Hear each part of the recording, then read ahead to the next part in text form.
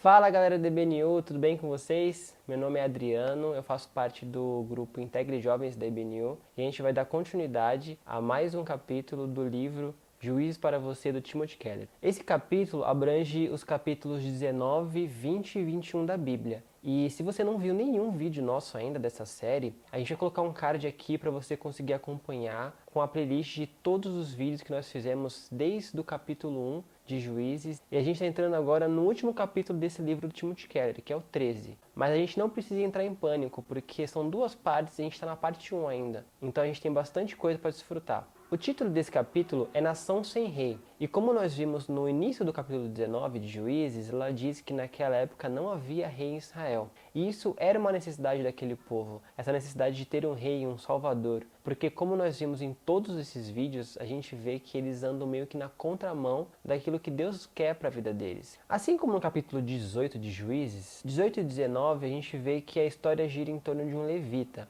No capítulo 18, o levita está preocupado com atividades religiosas que o autopromovessem. Já no capítulo 19, esse levita tem uma concubina, que seria uma amante, uma outra mulher além de sua esposa. Mas lá em Gênesis, Deus havia mostrado e instituído o casamento como sendo entre homem e mulher. Mas a poligamia existe desde a época de Abraão e sempre causou problema, sem exceção. E é triste a gente ver que esse levita, considerado um santo separado, tinha sido tragado pelas culturas pagãs daquela época. E nós vamos ver que a convivência entre esse levita e a concubina não era das melhores. A concubina, por sua vez, ela comete adultério e foge do levita e vai para a casa do seu pai. Já o levita espera 4 meses para ir atrás dela e convencê-la a voltar. Isso, são 4 meses. É estranho a gente pensar que alguém que está com um problema para resolver demora tanto tempo, né? A gente pode pensar que ele estava esperando ela esfriar a cabeça, mas 4 meses a cabeça não está mais fria, está congelada de tanto tempo que ele esperou, né?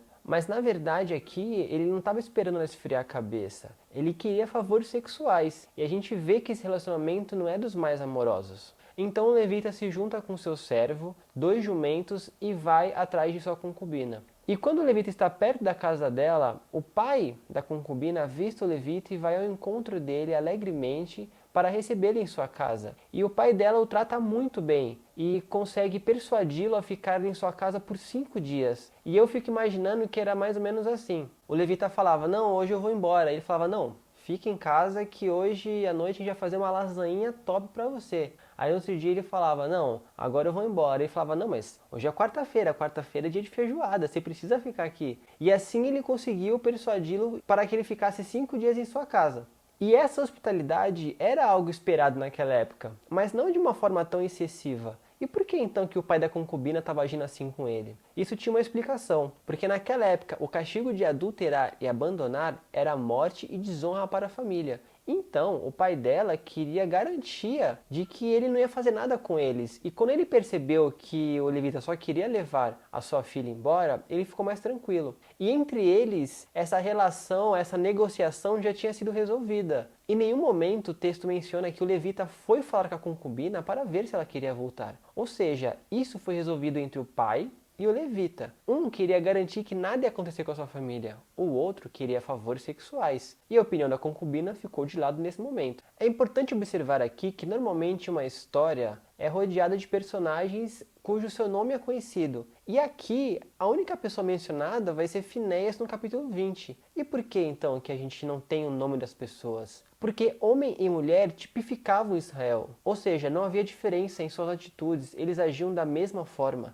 Os pais agiam desse jeito. Os levitas viviam dessa forma. As mulheres eram tratadas assim. Então, depois de 5 dias, o levita, junto com seu servo, a sua concubina e os seus 2 jumentos, partem dali e vão em direção a Jebus. Chegando em Jebus, o seu servo sugere ficar ali para dar uma descansada e tal, mas o levita não quer ficar ali porque é uma terra estrangeira e ele não se sente seguro. Então eles vão até Gibeá e chegando ali, ao contrário da hospitalidade que eles receberam na casa da concubina, ali ninguém recebe eles. A não ser um senhor que chega até eles, pergunta quem são e de onde eles vêm e recebe na casa dele. Só que esse senhor fala um negócio muito interessante que é, façam o que quiser, só não passem a noite na praça. Mas é estranho receber essa frase, porque dá uma certa insegurança, né? Eu não estou numa terra que seria do meu povo, E logo a gente vai entender por que ele falou isso. Assim que eles entram na casa, um grupo de depravados chega na casa do Senhor, bate ali e ordena que ele traga o seu visitante para fora, que era o levita.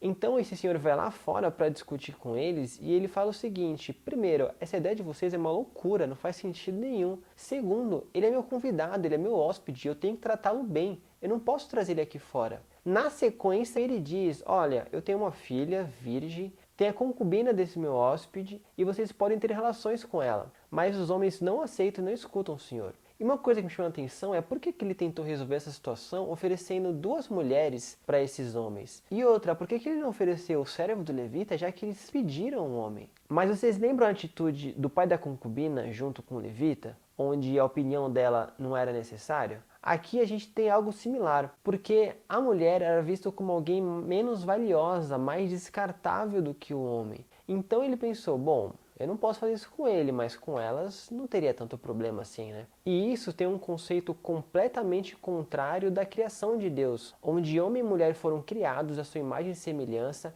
e valiosos da mesma forma. E essa história de Gibeão lembra um pouco o que aconteceu lá em Sodoma. Só que lá, os visitantes eram os anjos que cegaram aqueles homens agressores, e aqui o visitante é um levita, que logo após os homens terem recusado a filha do Senhor e a sua concubina, ele entrega a sua concubina para eles e vai dormir. E foi uma atitude tão fria que a mulher foi violentada e abusada a noite inteira, e ele estava na cama dormindo como se nada tivesse acontecido. No dia seguinte ele acorda, impressão que ele está bem tranquilo, dá aquela espreguiçada, arruma suas malas e na hora de ir embora ele vê que a sua concubina estava jogada na porta da casa. Ele tenta falar com ela, ela não responde, ela não reage. Ele percebe que ela está morta, pega ela, leva de volta à sua casa, corta ela em 12 pedaços e distribui por Israel. E por que ele tem essa atitude? Por que ele quer vingança? Porque parecia que ele não estava se importando muito com a sua concubina. O que acontece aqui é que ele não está bravo ou revoltado pelo que eles fizeram, mas sim por ele ter perdido algo que era de sua propriedade. Tanto os gibeonitas como o próprio levita, eles estão errados nessa atitude. Mas o povo de Israel não percebe isso. Ele se reúne e faz uma assembleia depois de ter recebido aqueles pedaços do corpo da concubina. E o levita foi muito esperto aqui nessa assembleia, porque quando questionado o que tinha acontecido, ele esconde alguns fatos. Ele maqueia algumas coisas para que ele não saia como errado da história. Por exemplo, ele vai falar que os homens de Gibeá, ao invés de falar que eram alguns homens depravados, ou seja, ele faz aquela parte daqueles homens virarem um todo para o povo de Israel que está escutando a história. Ele vai falar que os homens queriam matá-lo, mas na verdade eles queriam abusar dele. E ele vai falar que eles violentaram a sua concubina e ele omite que ele entregou a sua concubina para aqueles homens. E aqui o povo de Israel, ao invés de escutar a Deus, ele vai escutar um levita. E depois de toda essa história, eles jamais suspeitariam que o levita tinha parte na história da morte de sua concubina. A gente não pode negar que a atitude dos gibeonitas foi abominável, mas também a gente não pode deixar de lado que aquilo que o levita fez também não é digno. Isso nos faz lembrar do que Paulo diz nos 2 primeiros capítulos de Romanos. Ele afirma que o mundo devasso e sem Deus está perdido em pecados, mas que a pessoa aparentemente boa, moral e religiosa também está perdida em pecados. No íntimo, nenhum dos grupos quer saber de Deus. E Paulo resume tudo com uma afirmação categórica. Não há nenhum justo, nenhum sequer. Todos se desviaram e tornaram-se juntamente inúteis. Ninguém é justo nessa história. Ninguém é justo nesse mundo. E como que a gente pode reagir depois de ouvir tudo isso? Lamentar profundamente, porque esse é o povo de Deus. São nossos antepassados espirituais que até certo ponto revelam quem nós somos. É possível que a gente não tenha cometido nenhuma atrocidade como a gente viu aqui, mas a nossa falta de atitude, a nossa inércia favorece ao erro. Ou senão a gente pode contar uma história de uma forma que a gente não entregue realmente a verdade, que a gente fale só aquilo que vai mostrar um lado bom nosso. Essa história faz mostrar a importância que o rei tem em nossas vidas. Um rei que nos resgate, nos guie e nos transforme. Mostra que a gente só vai conseguir apreciar o Evangelho quando a gente reconhecer que nós somos falhos e que nós dependemos totalmente de Deus.